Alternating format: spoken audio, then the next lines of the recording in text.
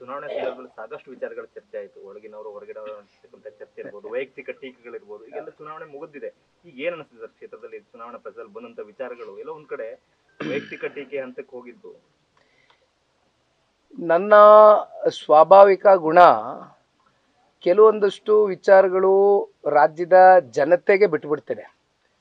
ನಾನು ಚುನಾವಣೆ ಆಯಿತು, ಈಗ ನಾನು ಏನು ಬೇಕಾದ್ರೂ ಮಾತಾಡ್ಬೋದು, ಚುನಾವಣೆ ಸಂದರ್ಭದಲ್ಲಿ ನಾನು ಬಾಯಿ ಕಟ್ಟಿದ್ದೆ ಅಂತಕ್ಕಂಥದ್ದು ಪ್ರಶ್ನೆ ಅಲ್ಲ. ಯಾಕೆಂದರೆ ರಾಮನಗರ ಜಿಲ್ಲೆಗೂ ಸನ್ಮಾನ್ಯ ದೇವೇಗೌಡರು ಕುಮಾರಣ್ಣನಿಗೂ ನಂಟು 40 ವರ್ಷದ ನಂಟು. 83ರಲ್ಲಿ ಸನ್ಮಾನ್ಯ ದೇವೇಗೌಡರು ಪ್ರಥಮವಾಗಿ ಪಾದಾರ್ಪಣೆ ಮಾಡಿದ್ದು ರಾಮನಗರ ಜಿಲ್ಲೆಗೆ. ನಾನು ಹುಟ್ಟಿದ್ದೆ 88ನೇ ಇಸ್ವಿ.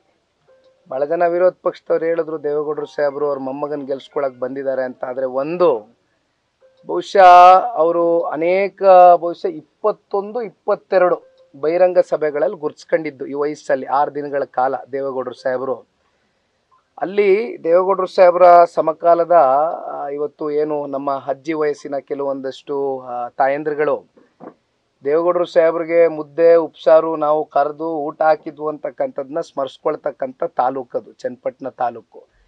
ಈ ರೀತಿ ಒಂದು ಅವಿನಾಭಾವ, ಒಂದು ಭಾವನಾತ್ಮಕವಾದಂಥ ಒಂದು ಸಂಬಂಧ, ಒಂದು ಸಂಪರ್ಕ ಹೊಂದ್ಕೊಂಡಿದ್ದೇವೆ.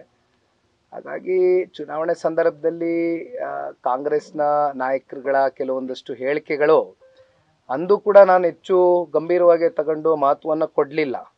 ಇವತ್ತು ಕೂಡ ನಾನು ಅದನ್ನು ಗಂಭೀರವಾಗಿ ತಗೊಳ್ಳೋದು ಇಲ್ಲ, ಅದಕ್ಕೆ ಮಹತ್ವನೂ ಕೊಡಲ್ಲ. ಅದಕ್ಕೆ ಪ್ರತಿ ಉತ್ತರ ಕ್ಷೇತ್ರದ ಜನತೆನೇ ಕೊಟ್ಟಿದ್ದಾರೆ ಅಂತಕ್ಕಂಥದ್ದನ್ನ ದೃಢವಾಗಿ ನಂಬಿದ್ದೀನಿ.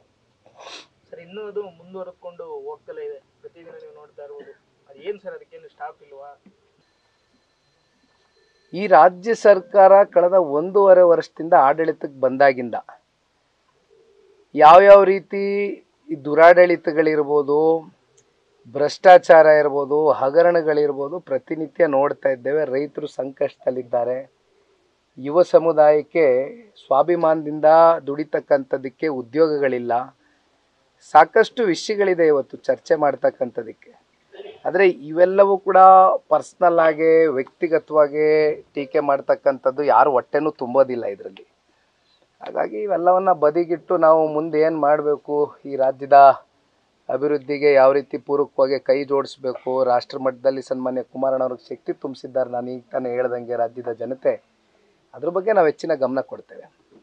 ಹೇಗಿದೆ ಸರ್ ಚುನಾವಣೆ ಮುನ್ನನೇ ನಿಮ್ಮ ಎದುರಾಳಿ ಅಭ್ಯರ್ಥಿ ಸೋಲೊಪ್ಪಿಕೊಂಡ ರೀತಿಯಲ್ಲಿ ಯಾವುದು ಕೂಡ ಈ ಹಿಂದೆ ಯಾವುದು ಕೂಡ ಆ ರೀತಿ ಮಾತುಕತೆ ಮಾತಾಡದೇ ಇರೋ ರೀತಿಯಲ್ಲಿ ಅವರು ಹೇಳಿಕೆಯನ್ನು ಕೊಟ್ಟಿದ್ದಾರೆ. ಇದ್ರ ಬಗ್ಗೆ ಕಾಂಗ್ರೆಸ್ನ ಅಭ್ಯರ್ಥಿಯ ಹೇಳಿಕೆಯ ಹಿಂದಿರುವಂಥ ಒಳಮರ್ಮ ನಮಗೆ ಗೊತ್ತಿಲ್ಲ.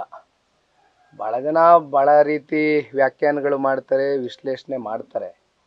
ಆದರೆ ಅಂತಿಮವಾಗಿ ಮತದಾರ ಪ್ರಭುಗಳು ಒಂದು ದೃಢವಾದಂಥ ತೀರ್ಮಾನವನ್ನು ತೆಗೆದುಕೊಂಡಿದ್ದಾರೆ. 23ನೇ ತಾರೀಕು ಮತಗಟ್ಟೆಗಳು ಓಪನ್ ಆಗ್ತಾ ಇದ್ದಂಗೆ ಎಲ್ಲವೂ ಕೂಡ ನಮಗೆ ಕಣ್ಣು ಮುಂದೆ ಬಯಲಾಗುತ್ತೆ. ಅಲ್ಲಿವರೆಗೂ ನಾವು ಕಾದು ನೋಡೋಣ. ಯಾವುದನ್ನು ನಾವೇನು ಭಾಳ ಗಂಭೀರವಾಗಿ ಏನು ತಗೊಳ್ಬೇಕಾಗಿಲ್ಲ. ಕಾಂಗ್ರೆಸ್ ನಾಯಕರುಗಳು ನಿಮ್ಮ ಎದುರಾಳಿ ಅಭ್ಯರ್ಥಿನ ಕೈ ಬಿಟ್ಟಂಗೆ ಕಾಣಿಸ್ತದೆ.